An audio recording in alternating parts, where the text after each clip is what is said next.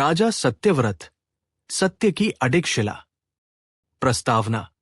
जब जब पृथ्वी पर धर्म डगमगाया है, तब तब किसी न किसी रूप में सत्य ने मनुष्य का हाथ थामा है। सत्य कोई शब्द नहीं, कोई नीति नहीं। सत्य एक जीवन पथ है, जिस पर चलना सरल नहीं, किंतु जो उस पथ पर चल पड़ा वही इतिहास बन गया। ऐसे ही एक युग में जन्म हुआ एक बालक का, जिसका नाम था सत्यव्रत। वह बालक आगे चलकर राजा बना, पर उससे भी पहले वह बना सत्य का सेवक। अध्याय 1। एक भविष्यवाणी। प्राचीन काल में धर्मपुर नाम का एक समृद्ध राज्य था। उसकी सीमाएं विस्तृत थी, प्रजा सुखी थी, और सिंहासन पर विराजमान थे राजा हरिव्रत, न्यायप्रिय किंतु कठोर। वर्षों तक राज्य सुचारू रूप से चलता रहा, पर एक अभाव था। राजा निःसंतान थे। एक दिन महर्षि दधीची राज्य में पधारे। उन्होंने राजमहल में प्रवेश करते ही कहा, राजन, शीघ्र ही आपके घर एक पुत्र जन्म लेगा, पर स्मरण रहे वह साधारण राजा नहीं होगा। वह सत्य के लिए राज्य छोड़ेगा और राज्य के लिए सत्य नहीं। कुछ ही महीनों बाद रानी सौम्या ने एक तेजस्वी पुत्र को जन्म दिया। उसका नाम रखा गया सत्यव्रत। अध्याय 2। बालक जो प्रश्न पूछता था। सत्यव्रत बचपन से ही अन्य बालकों से भिन्न था। जहां अन्य बालक खेल में मग्न रहते, वहां सत्यव्रत प्रश्न पूछता। पिता, न्याय क्या है? माता, क्या सत्य सदा लाभ देता है? गुरुकुल में आचार्य भी उसके प्रश्नों से चकित रहते। एक दिन उसने पूछा, यदि राजा स्वयं अन्याय करे तो क्या प्रजा को चुप रहना चाहिए? गुरु मौन हो गए। राजा हरिव्रत को यह सुनकर गर्व भी हुआ और भय भी। अध्याय 3। युवराज की शिक्षा। युवराज सत्यव्रत को शास्त्र, शस्त्र, राजनीति और कूटनीति सभी का ज्ञान दिया गया। वह धनुर्विद्या में निपुण था, पर उसका मन युद्ध में नहीं, न्याय में लगता था। एक बार वन भ्रमण के समय उसने देखा, राजकीय कर वसूल करता एक वृद्ध किसान को पीट रहा है। सत्यव्रत ने उसे रोका। अधिकारी बोला, युवराज, ये राजा की आज्ञा है। सत्यव्रत ने उत्तर दिया, यदि आज्ञा अन्यायपूर्ण हो तो वह आज्ञा नहीं, अपराध होती है। उस दिन पहली बार राजमहल में युवराज और राजा के बीच मतभेद उत्पन्न हुआ। अध्याय 4। सिंहासन की छाया। समय बीतता गया। राजा हरिव्रत वृद्ध हो चले। राज्यसभा ने सत्यव्रत को युवराज घोषित किया। प्रजा में उत्सव था, पर सत्ता की छाया में सत्य की परीक्षा प्रारंभ होती है। मंत्री चंद्रसेन, चतुर, महत्वाकांक्षी, ने सत्यव्रत से कहा, राज्य चलाने के लिए कभी कभी सत्य को मोड़ना पड़ता है। सत्यव्रत ने शांत स्वर में कहा, जो सत्य मुड़ जाए वो सत्य नहीं रहता। चंद्रसेन मुस्कराया, पर उसके मन में बीज पड़ चुका था। इस युवराज को हटाना होगा। अध्याय 5। राजा का अभिषेक। राजा हरिव्रत ने संन्यास ले लिया। सत्यव्रत का राज तिलक हुआ। राजा सत्यव्रत ने प्रथम आदेश दिया, 1 कर में कमी, 2 न्यायालय सबके लिए खुला, 3 कोई भी अधिकारी कानून से ऊपर नहीं। प्रजा ने पहली बार राजा को अपने बीच बैठकर सुनते देखा, पर मंत्रीगण असंतुष्ट थे। सत्ता अब उनके लिए सहज नहीं रही। अध्याय 6। पहला षड्यंत्र। चंद्रसेन ने पड़ोसी राज्य कालकेतु से संधि कर ली। योजना थी, युद्ध करवाकर राजा को कठोर निर्णय लेने पर विवश करना। युद्ध हुआ। सेनापति ने कहा, राजन, शत्रु गांव जला रहा है, अनुमति दे, हम भी वही करें। राजा सत्यव्रत बोले, निर्दोषों पर शस्त्र उठाना विजय नहीं, कलंक है। सेनापति चकित रह गया। अध्याय 7। पराजय या धर्म। युद्ध लंबा खिंच गया। सेना थक गई। मंत्री बोले, राजन, यदि आप कठोर न हुए तो राज्य हार जाएगा। सत्यव्रत ने उत्तर दिया, यदि राज्य अन्याय से बचे तो हार भी स्वीकार्य है। अंततः संधि हुई। राज्य बच गया, पर खजाना खाली हो गया। प्रजा में फुसफुसाहट शुरू हुई। राजा अच्छे हैं पर दुर्बल हैं। अध्याय 8। प्रजा का रोष। अकाल पड़ा। मंत्री चंद्रसेन ने अनाज छिपा लिया और दोष राजा पर मढ़ दिया। भीड़ महल के बाहर एकत्र हुई। राजा ने शस्त्र नहीं उठाया। वो नंगे पांव बाहर आए और बोले, यदि मेरे कारण तुम्हें दुख है तो ये सिंहासन तुम्हारा नहीं, मेरा बोझ है। भीड़ स्तब्ध रह गई। अध्याय 9। राज्य का त्याग। राजा सत्यव्रत ने घोषणा की, जब तक प्रजा सुखी नहीं, मैं राजा नहीं। उन्होंने राज्य मंत्रिमंडल को सौंप दिया और वन चले गए।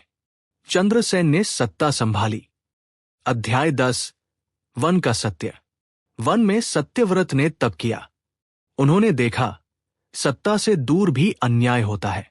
उन्होंने ऋषियों, ग्रामों, जनजातियों को न्याय सिखाया, शस्त्र से नहीं, विवेक से। उधर राज्य में चंद्रसेन का अत्याचार बढ़ गया। अध्याय 11। प्रजा की पुकार। एक दिन एक बालक वन में आया।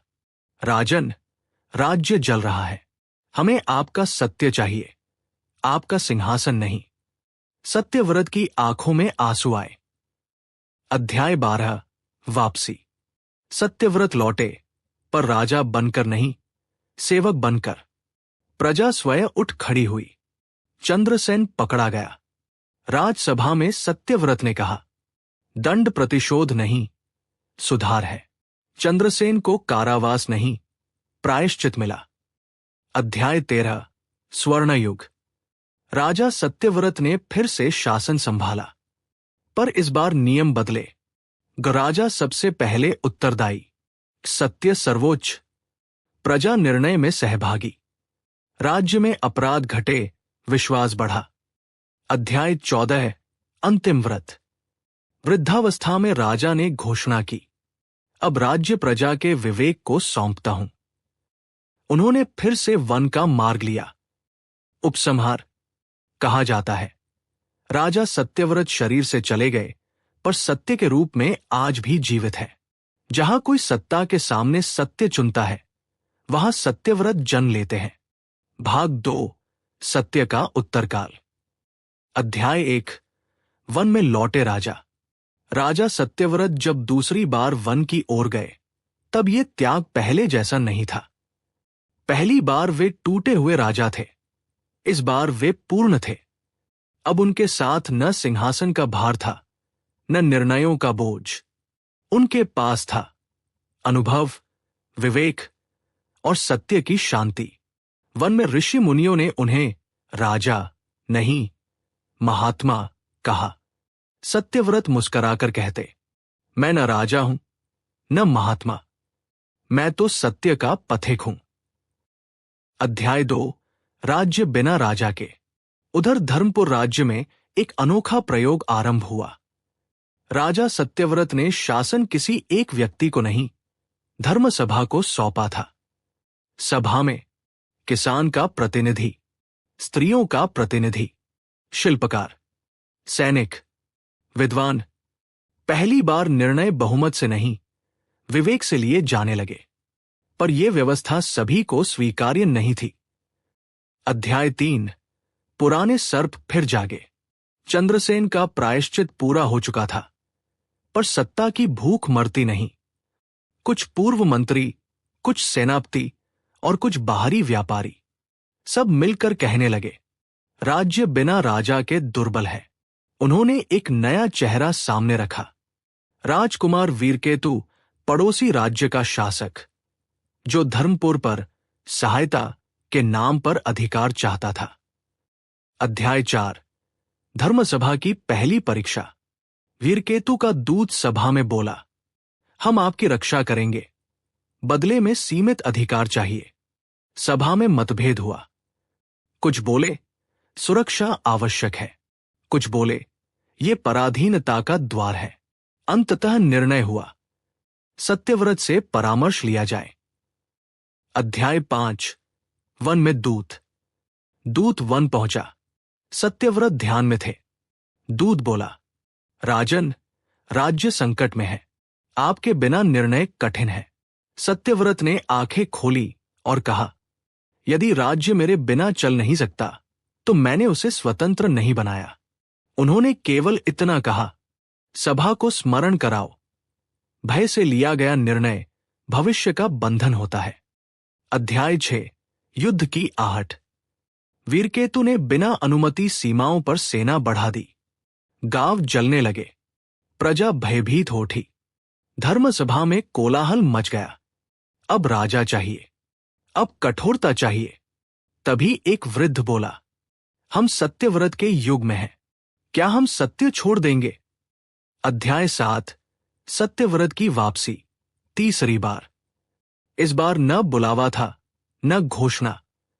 सत्यव्रत स्वयं आ गए, न राजवस्त्र न मुकुट, साधारण वस्त्रों में, एक लाठी के सहारे। सभा में सन्नाटा छा गया। सत्यव्रत बोले, मैं निर्णय नहीं दूंगा, मैं केवल प्रश्न करूंगा। उन्होंने वीरकेतु के दूत से पूछा, क्या तुम्हारी सहायता बिना शर्त है? दूत मौन रहा। अध्याय 8 प्रश्नों का युद्ध। सत्यव्रत ने सभा से पूछा, क्या स्वतंत्रता से बड़ा कोई भय है? क्या जीवन से बड़ा कोई राज्य है? और क्या सत्य से बड़ा कोई अस्त्र? धीरे धीरे सभा को स्पष्ट होने लगा, ये युद्ध भूमि का नहीं, विवेक का है। अध्याय 9 प्रजा का उठ खड़ा होना। जब वीरकेतु की सेना आगे बढ़ी तब उसे सैनिकों से नहीं, निहत्थी प्रजा से सामना करना पड़ा। स्त्रियां, वृद्ध, किसान सब खड़े थे। वे बोले, ये भूमि हमारी है, यदि जीतना है तो पहले हमारा विश्वास तोड़ो। वीरकेतु चकित रह गया।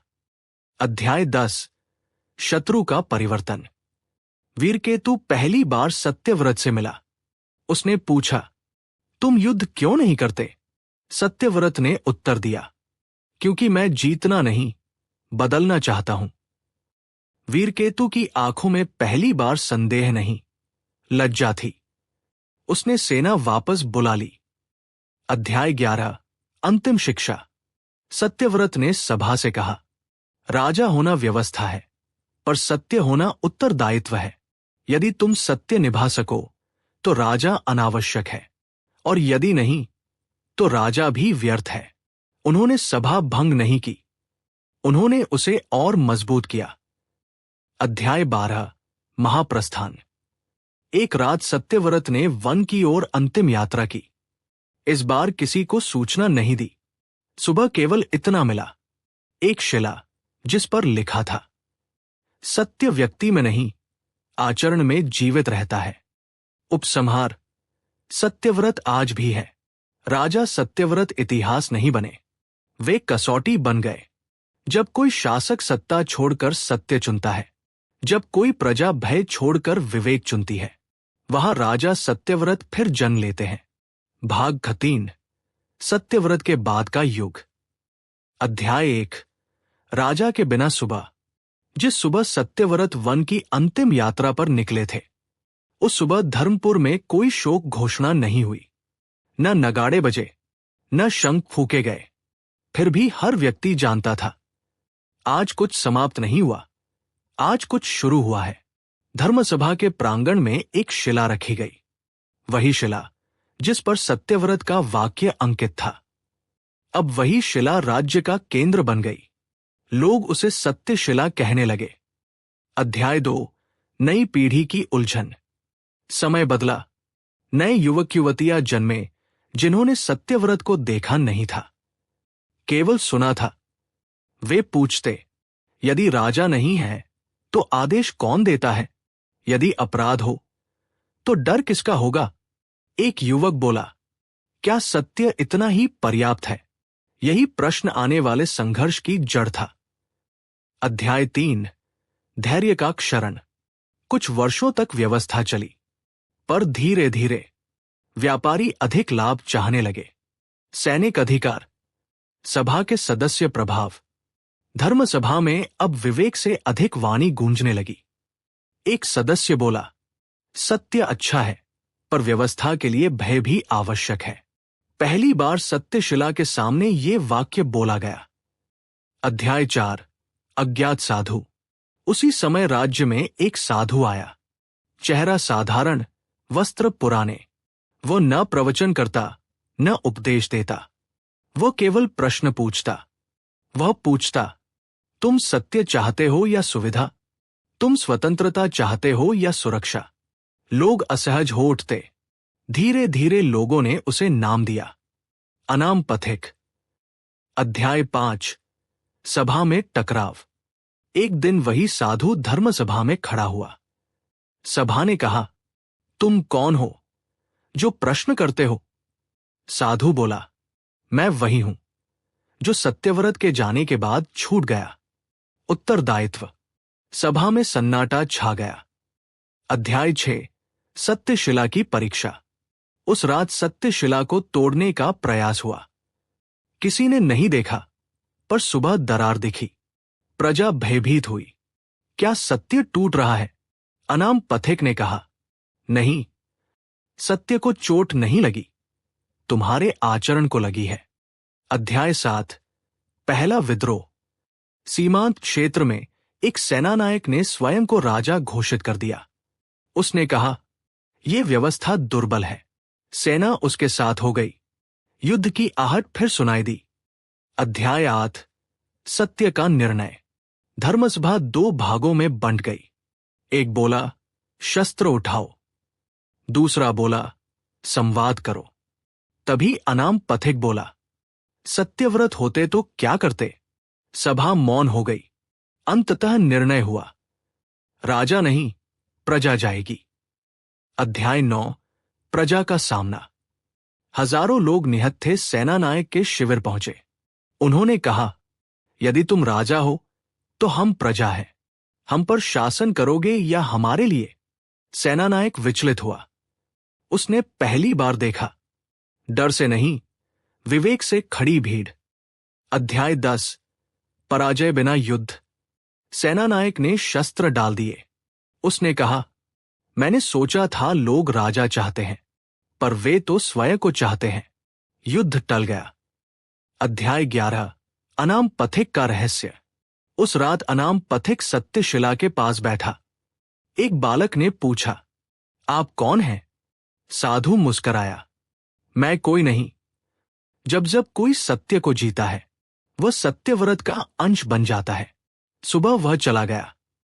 अध्याय 12। नया युग। धर्मपुर में अब न राजा की चर्चा होती थी, न सत्ता की। बात होती थी, तुम्हारा आचरण क्या है? तुम सत्यशिला के योग्य हो या नहीं? राज्य नहीं बदला, मन बदले। महाउपसंहार। राजा सत्यव्रत व्यक्ति नहीं थे, वे एक मापदंड थे।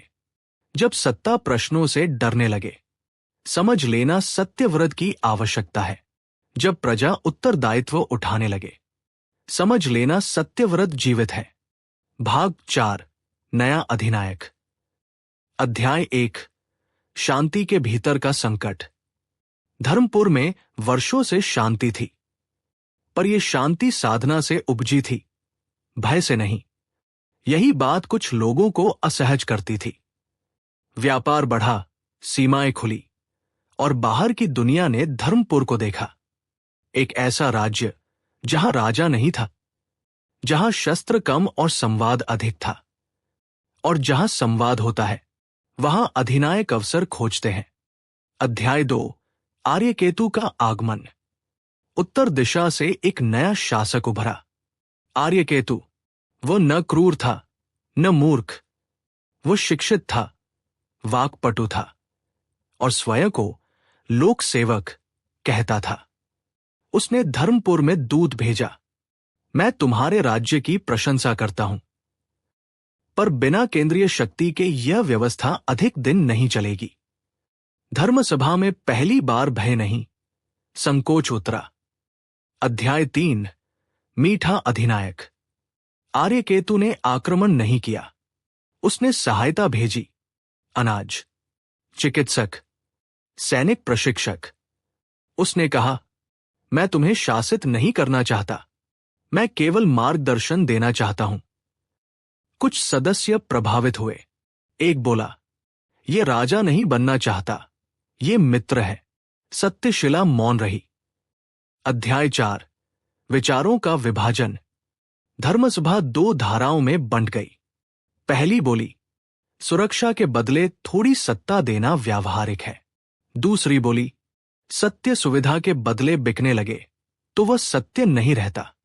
विवाद बढ़ा, शब्द तीखे होने लगे। यही अधिनायक की पहली जीत थी। विभाजन। अध्याय 5 अनाम पथिक की वापसी। वर्षों बाद वही अनाम पथिक लौटा। उसने केवल एक वाक्य कहा, जब सत्य को रक्षक चाहिए। समझो सत्य कमजोर हो रहा है। सभा सन्न रह गई। अध्याय 6 आर्यकेतु का प्रस्ताव। आर्यकेतु स्वयं धर्मपुर आया। उसने सत्यशिला के सामने कहा, मैं राजा नहीं बनूंगा, मैं केवल संरक्षक बनूंगा। उसने एक नया पद प्रस्तावित किया, लोकपाल राज्यपाल। नाम नया था पर अधिकार पुराने। अध्याय 7 जनसभा का दिन। निर्णय प्रजा पर छोड़ा गया। नगर के बाहर विशाल जनसभा हुई। आर्यकेतु ने कहा, मैं तुम्हारी स्वतंत्रता छीनने नहीं, उसे सुरक्षित करने आया हूं। भीड़ मौन थी। तभी एक वृद्ध स्त्री आगे आई और बोली, सत्यव्रत ने हमें डर से मुक्त किया था, तुम हमें डर से बचाने की बात कर रहे हो। भीड़ में हलचल हुई। अध्याय 8 सत्यव्रत का नाम। आर्यकेतु ने पहली बार कहा, सत्यव्रत का युग समाप्त हो चुका है। यह वाक्य बिजली बनकर गिरा। अनाम पथिक बोला, युग समाप्त नहीं होते, युग त्यागे जाते हैं। अध्याय 9 पहला आदेश। मत विभाजित था। अंततः सीमित अधिकारों के साथ आर्यकेतु को संरक्षक मान लिया गया। पहले ही दिन उसने आदेश दिया, सीमाओं पर सैन्य नियंत्रण मेरे अधीन होगा। दूसरे दिन, सूचना का प्रवाह नियंत्रित होगा। सत्य धीरे धीरे छाया में जाने लगा। अध्याय 10 शिला पर पहली छाया। एक सुबह सत्य शिला पर कपड़ा डाल दिया गया। कारण बताया गया। भीड़ उसे राजनीतिक प्रतीक बना रही है। अनाम पथिक ने कहा, जब सत्य ढका जाता है तब झूठ को मंच मिलता है। अध्याय 11 मौन प्रतिरोध। लोग चिल्लाए नहीं, उन्होंने कर नहीं रोका, उन्होंने शस्त्र नहीं उठाए, उन्होंने बस इतना किया, सत्यशिला के पास बैठना शुरू किया। नारे नहीं, मौन। यह अधिनायक के लिए नया था। अध्याय 12 आर्यकेतु की बेचैनी। आर्यकेतु ने कहा, इन लोगों को हटाओ। सेनापति बोला, वे कुछ नहीं कर रहे, केवल बैठे हैं। आर्यकेतु चिल्लाया, यही सबसे खतरनाक है। अध्याय 13 सत्य का पुनर्जागरण। मौन फैलता गया। नगर से गांव, गांव से सीमाएं। लोग पूछने लगे, हम किस भय में जी रहे हैं? अधिनायक को पहली बार लगा, ये युद्ध शस्त्र का नहीं। अध्याय 14 पथिक का अंतिम वाक्य। अनाम पथिक आर्यकेतु के सामने आया। उसने कहा, सत्यव्रत ने सिंहासन छोड़ा था, तुम सिंहासन खोज रहे हो। आर्यकेतु मौन रहा। अध्याय 15 टूटता अधिनायक। आर्यकेतु ने सत्ता नहीं छोड़ी, पर उसका प्रभाव टूटने लगा। आदेश लागू होते, पर आत्मा में नहीं उतरते। सत्ता थी, पर स्वीकृति नहीं। उपसंहार। अगली कसौटी। धर्मपुर फिर एक मोड़ पर था। अब प्रश्न ये नहीं था, राजा चाहिए या नहीं। प्रश्न ये था, क्या सत्य बिना भय के जीवित रह सकता है? और इस प्रश्न का उत्तर अभी आना शेष था। भाग 5 मौन बनाम सत्ता। अध्याय 1 मौन का विस्तार। सत्यशिला के चारों ओर बैठने वालों की संख्या बढ़ती गई। वे नारे नहीं लगाते थे, न घोषणाएं करते थे। वे केवल बैठे रहते थे, शांत, अडिग। आर्यकेतु के गुप्तचर बोले, राजन, ये लोग विद्रोह नहीं कर रहे, पर लोगों का भय समाप्त कर रहे हैं। आर्यकेतु जानता था, भय के बिना सत्ता खोखली हो जाती है। अध्याय 2 आदेश जो नहीं माने गए। आर्यकेतु ने नया आदेश दिया, सार्वजनिक स्थानों पर बिना अनुमति बैठना अपराध है। सैनिक पहुंचे, पर किसी ने विरोध नहीं किया। लोग उठे नहीं, पर लड़े भी नहीं। एक सैनिक बोला, राजन, इन्हें हटाए कैसे? ये शत्रु नहीं लगते। अध्याय 3। पहला बल प्रयोग। एक रात कुछ लोगों को बलपूर्वक हटाया गया। किसी ने पत्थर नहीं उठाया। अगले दिन उनकी जगह और अधिक लोग आ बैठे। यह दृश्य आर्यकेतु को विचलित करने लगा। उसने कहा, यह सत्यव्रत का भूत है। अध्याय 4। अनाम पथिक का अंतिम प्रकट होना। अनाम पथिक फिर सामने आया। उसने आर्यकेतु से कहा, तुम सत्ता से नहीं हारोगे, तुम स्वयं से हारोगे। आर्यकेतु चिल्लाया, मैं व्यवस्था हूं। पथिक बोला, नहीं, तुम केवल नियंत्रण हो। अध्याय 5। सत्यव्रत की कथा का पुनर्पाठ। धर्मपुर में लोगों ने बच्चों को राजा सत्यव्रत की कथा सुनानी शुरू की। राजनीति नहीं, कहानी के रूप में। कहानियां दीवारों से नहीं मिटाई जा सकती। अध्याय 6। दरार सत्ता में। कुछ अधिकारी आदेश मानने से कतराने लगे। एक बोला, राजन, ये लोग अपराधी नहीं हैं। दूसरा बोला, यदि हम सत्य से डरने लगे तो हम किसकी रक्षा कर रहे हैं? आर्यकेतु अकेला पढ़ने लगा। अध्याय 7। सत्यशिला का अनावरण। एक सुबह किसी ने सत्यशिला से कपड़ा हटा दिया।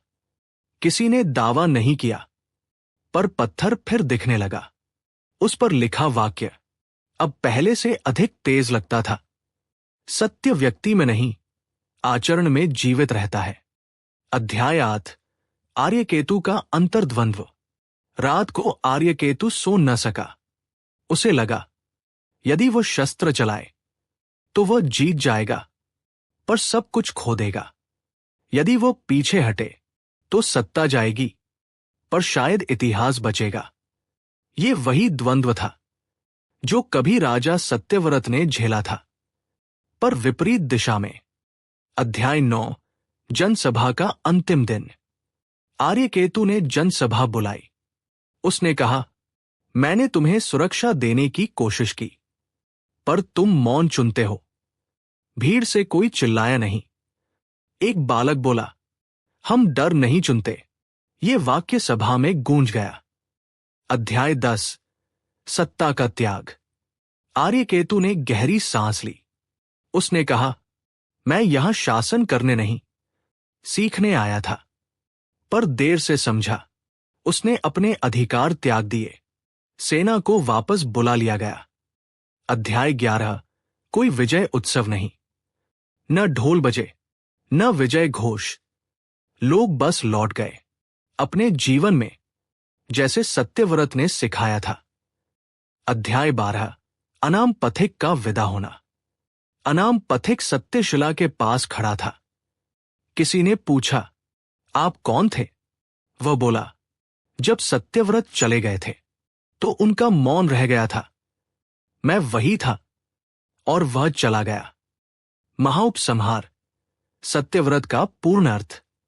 राजा सत्यव्रत ने कभी कहा था, सत्ता छोड़ना कठिन नहीं, सत्य छोड़ना सरल होता है। धर्मपुर ने यह सीख लिया। अब वहां न राजा की पूजा होती थी, न सत्ता की। वहां केवल यह पूछा जाता था, क्या यह सत्य के अनुकूल है? और यही प्रश्न हर युग में राजा सत्यव्रत को जीवित रखता है। भाग 6। सत्यव्रत का शाश्वत संदेश। अंतिम भाग। अध्याय 1। विजय के बाद का सन्नाटा। आर्यकेतु के लौट जाने के बाद धर्मपुर में शांति थी, पर यह शांति उत्सव की नहीं थी। लोगों को लगा, अब कोई बाहरी संकट नहीं, पर भीतर एक प्रश्न शेष है, अब आगे क्या? क्योंकि राजा सत्यव्रत ने कभी कोई अंतिम नियम नहीं छोड़ा था। उन्होंने केवल एक आदत छोड़ी थी, सत्य से प्रश्न करना। अध्याय 2। सत्यशिला के चारों ओर। सत्यशिला अब पूजा का स्थान नहीं बनी। न खूल चढ़े, न धूप जली। वहां लोग बैठते थे अपने निर्णय से पहले। व्यापारी बैठता तो सोचता, क्या मेरा लाभ किसी के शोषण से तो नहीं? न्यायाधीश बैठता तो पूछता, क्या मेरा निर्णय भय से तो नहीं? ये शिला मंदिर नहीं बनी, वो दर्पण बन गई। अध्याय 3, अंतिम परीक्षा का संकेत। वर्षों बाद एक प्राकृतिक संकट आया। भीषण सूखा। न कोई शत्रु था, न कोई अधिनायक। अब दोष देने के लिए कोई नहीं था। लोग धर्मसभा की ओर देखने लगे। अब क्या? अध्याय 4, राजा की याद। किसी ने कहा, यदि सत्यव्रत होते तो क्या करते? एक वृद्ध बोला, वे आदेश नहीं देते, वे पहले स्वयं त्याग करते। अगले दिन ये दृश्य हुआ। सभा के सदस्य अपने अन्न भंडार खोल लाए। धनी व्यापारी आगे आए। किसानों ने आधा अन्न बांटा। किसी ने बाध्य नहीं किया। अध्याय 5, सत्य का वास्तविक रूप। सूखा पूरी तरह टला नहीं, पर भूख नहीं फैली। इतिहासकारों ने बाद में लिखा, धर्मपुर इसलिए नहीं बचा क्योंकि उसके पास संसाधन थे, बल्कि इसलिए क्योंकि उसके पास विवेक था। अध्याय 6, सत्यव्रत का स्वप्न। एक रात कई लोगों ने एक ही स्वप्न देखा। कोई सिंहासन नहीं, कोई मुकुट नहीं। सत्यव्रत एक साधारण पथिक की तरह लोगों के बीच चल रहे थे। वे कुछ नहीं कह रहे थे, बस मुस्करा रहे थे।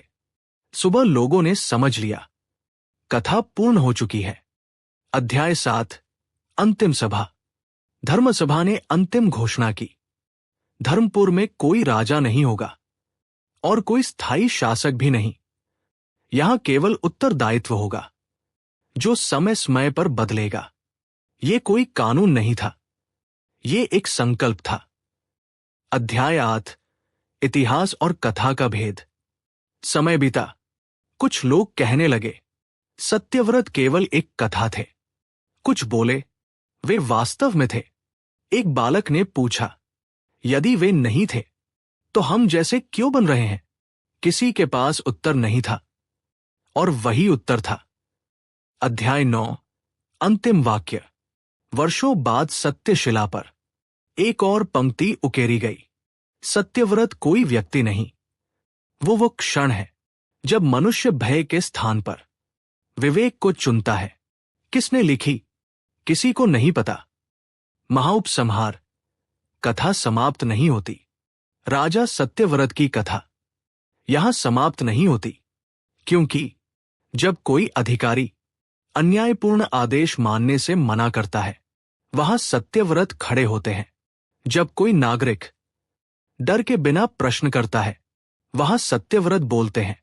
जब कोई शासक सत्ता छोड़कर उत्तरदायित्व चुनता है, वहां सत्यव्रत जीवित होते हैं। अंतिम पंक्तियां। राजा सत्यव्रत इतिहास में नहीं, आचरण में अमर है, और यही उनकी सबसे बड़ी विजय है। समाप्त।